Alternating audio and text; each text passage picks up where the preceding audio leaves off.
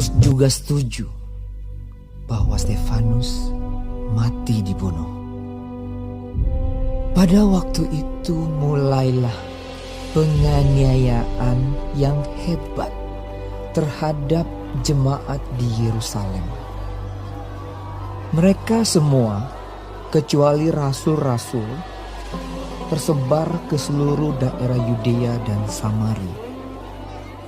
Orang-orang saleh menguburkan mayat Stefanus serta meratapinya dengan sangat. Tetapi Saulus berusaha membinasakan jemaat itu, dan ia memasuki rumah demi rumah dan menyeret laki-laki dan perempuan keluar dan menyerahkan mereka untuk dimasukkan ke dalam penjara. Mereka yang tersebar itu menjelajah seluruh negeri itu sambil memberitakan Injil. Dan Filipus pergi ke suatu kota di Samaria dan memberitakan Mesias kepada orang-orang di situ. Ketika orang banyak itu mendengar pemberitaan Filipus dan melihat tanda-tanda yang diadakannya, mereka semua dengan bulat hati menerima apa yang diberitakannya itu. Sebab dari banyak orang yang kerasukan roh jahat, keluarlah roh-roh itu sambil berseru dengan suara keras, dan banyak juga orang lumpuh dan orang timpang yang disembuhkan. Maka sangatlah besar sukacita dalam kota itu. Seorang yang bernama Simon telah sejak dahulu melakukan sihir di kota itu dan mentakjubkan rakyat Samaria, serta berlagak seolah-olah ia seorang yang sangat penting. Semua orang, besar kecil, mengikuti dia dan berkata, "Orang ini adalah kuasa Allah yang terkenal sebagai kuasa besar." Dan mereka mengikutinya karena sudah lama ia mentakjubkan mereka oleh perbuatan sihirnya. Tetapi sekarang mereka percaya kepada Filipus yang memberitakan Injil tentang kerajaan Allah dan tentang nama Yesus Kristus. Dan mereka memberi diri mereka dibaptis, baik laki-laki maupun perempuan. Simon sendiri juga menjadi percaya. Dan sesudah dibaptis, ia senantiasa bersama-sama dengan Filipus dan takjub ketika ia melihat tanda-tanda dan mujizat-mujizat besar yang terjadi. Ketika rasul-rasul di Yerusalem mendengar bahwa tanah Samaria telah menerima firman Allah, mereka mengutus Petrus dan Yohanes ke situ. Setibanya di situ, kedua rasul itu berdoa supaya orang-orang Samaria itu beroleh Roh Kudus. Sebab Roh Kudus belum turun di atas seorang pun di antara mereka, karena mereka hanya dibaptis dalam nama Tuhan Yesus. Kemudian keduanya menumpangkan tangan di atas mereka, lalu mereka menerima Roh Kudus.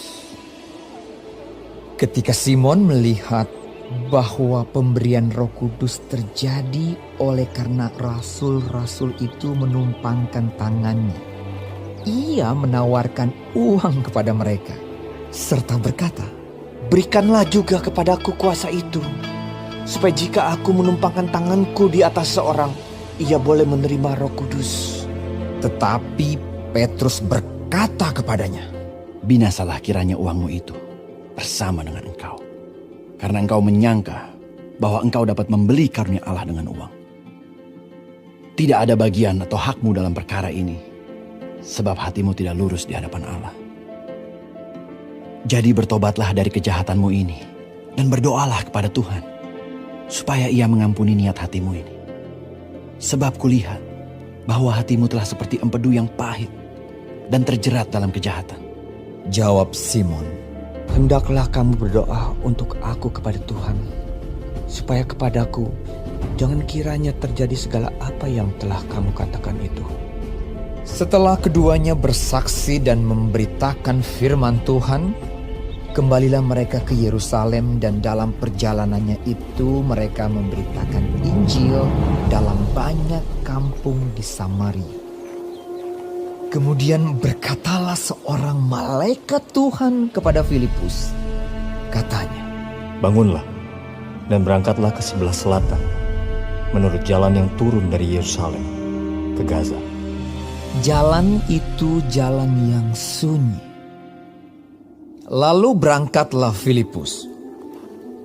Adalah seorang Etiopia, seorang sida-sida, pembesar dan kepala perbendaharaan Sri Kandake, ratu negeri Etiopia yang pergi ke Yerusalem untuk beribadah.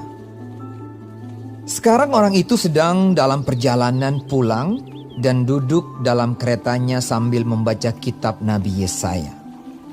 Lalu kata Roh kepada Filipus, "Pergilah ke situ dan dekatilah kereta itu." Filipus segera ke situ dan mendengar sida-sida itu sedang membaca kitab Nabi Yesaya. Kata Filipus, "Mengertikah Tuhan apa yang Tuhan baca itu?" Jawabnya, Bagaimanakah aku dapat mengerti kalau tidak ada yang membimbing aku? lalu ia meminta Filipus naik dan duduk di sampingnya. Nas yang dibacanya itu berbunyi seperti berikut. Seperti seekor domba ia dibawa ke pembantaian, dan seperti anak domba yang keluh di depan orang yang menggunting bulunya, demikianlah ia tidak membuka mulutnya. Dalam kehinaannya berlangsunglah hukumannya. Siapakah yang akan menceritakan asal-usulnya? Sebab nyawanya diambil dari bumi. Maka kata sida-sida itu kepada Filipus, Aku bertanya kepadamu, tentang siapakah Nabi berkata demikian? Tentang dirinya sendiri atau tentang orang lain? Maka mulailah Filipus berbicara dan bertolak dari nas itu ia memberitakan Injil Yesus kepadanya. Mereka melanjutkan perjalanan mereka dan tiba di suatu tempat yang ada air. Lalu kata sida-sida itu, Lihat, di situ ada air. Apakah halangannya jika aku dibaptis? Sahut Filipus.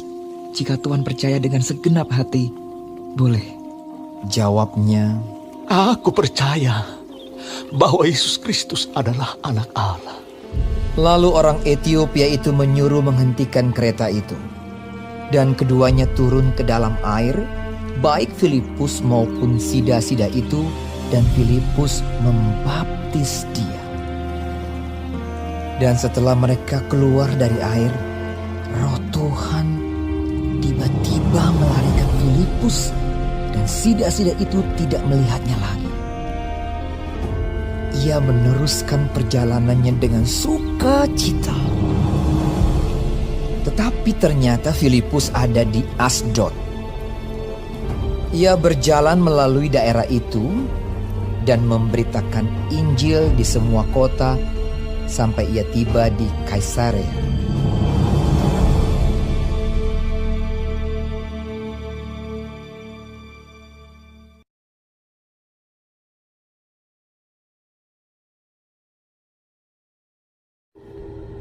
Shalom saudara-saudaraku yang kekasih di dalam Tuhan Yesus Kristus. Puji Tuhan, haleluya, kalau kita masih diberi kesempatan hidup hari ini dan dapat mempelajari firman Tuhan sebagai panduan kehidupan dari kitab Kisah Para Rasul yang ke-8. Tuhan Yesus memberkati. Saudara, perikop pertama mengenai penganiayaan terhadap jemaat di Yerusalem, dan yang kedua mengenai Filipus di Samaria serta sida-sida dari tanah Etiopia. Kita membaca bahwa sesudah Stefanus dibunuh karena memberitakan Injil dengan berani, maka terjadilah penyebaran penduduk karena penganiayaan. Ya, orang-orang Kristen mulai dianiaya sehingga mereka pergi tersebar luas, pindah tempat tinggal, dan justru semakin semangat memberitakan Injil. Karena itu muncul istilah semakin dihambat, semakin merambat. Dan dicatatkan bahwa Saulus masuk ke rumah-rumah orang Kristen, menyeret mereka untuk dipenjara. Jemaat Tuhan mengalami penganiayaan yang sangat besar, tetapi tidak membuat mereka putus semangat mengabarkan Injil. Justru hati mereka semakin berkobar-kobar menjelajah berbagai tempat sambil memberitakan Injil. Mereka bertemu dengan orang-orang yang haus lapar akan kebenaran, tetapi juga bertemu dengan orang yang mengaku sebagai kuasa Allah tetapi sesat. Dinyatakan bahwa Allah menyertai mereka dengan banyak tanda dan mujizat, sehingga Injil tersebar luar biasa efektifnya. Banyak orang sangat antusias untuk menerima pemberitaan Injil itu. Dan ketika rasul-rasul mendengar dari Yerusalem bahwa di tanah Samaria sudah banyak orang bertobat, maka mereka mengutus Petrus dan Yohanes untuk melihat, mengevaluasi, dan melengkapi pelayanan Filipus di Samaria. Penderitaan amat berat, bahkan kematian pengikut Yesus, tidak membuat Injil berhenti disebarkan, dan kuasanya nyata, banyak mengubahkan kehidupan orang. Sebab pekabaran Injil adalah amanat agung Tuhan sendiri. Sebelum dia naik ke sorga, dia memerintahkan untuk para muridnya memberitakan Injil sampai ke seluruh bumi. Berita ini juga disertai dengan kuasa Tuhan sampai akhir zaman. Kiranya semangat untuk memberitakan Injil terus ada di dalam hidup kita, orang yang percaya dan yang mengasihinya.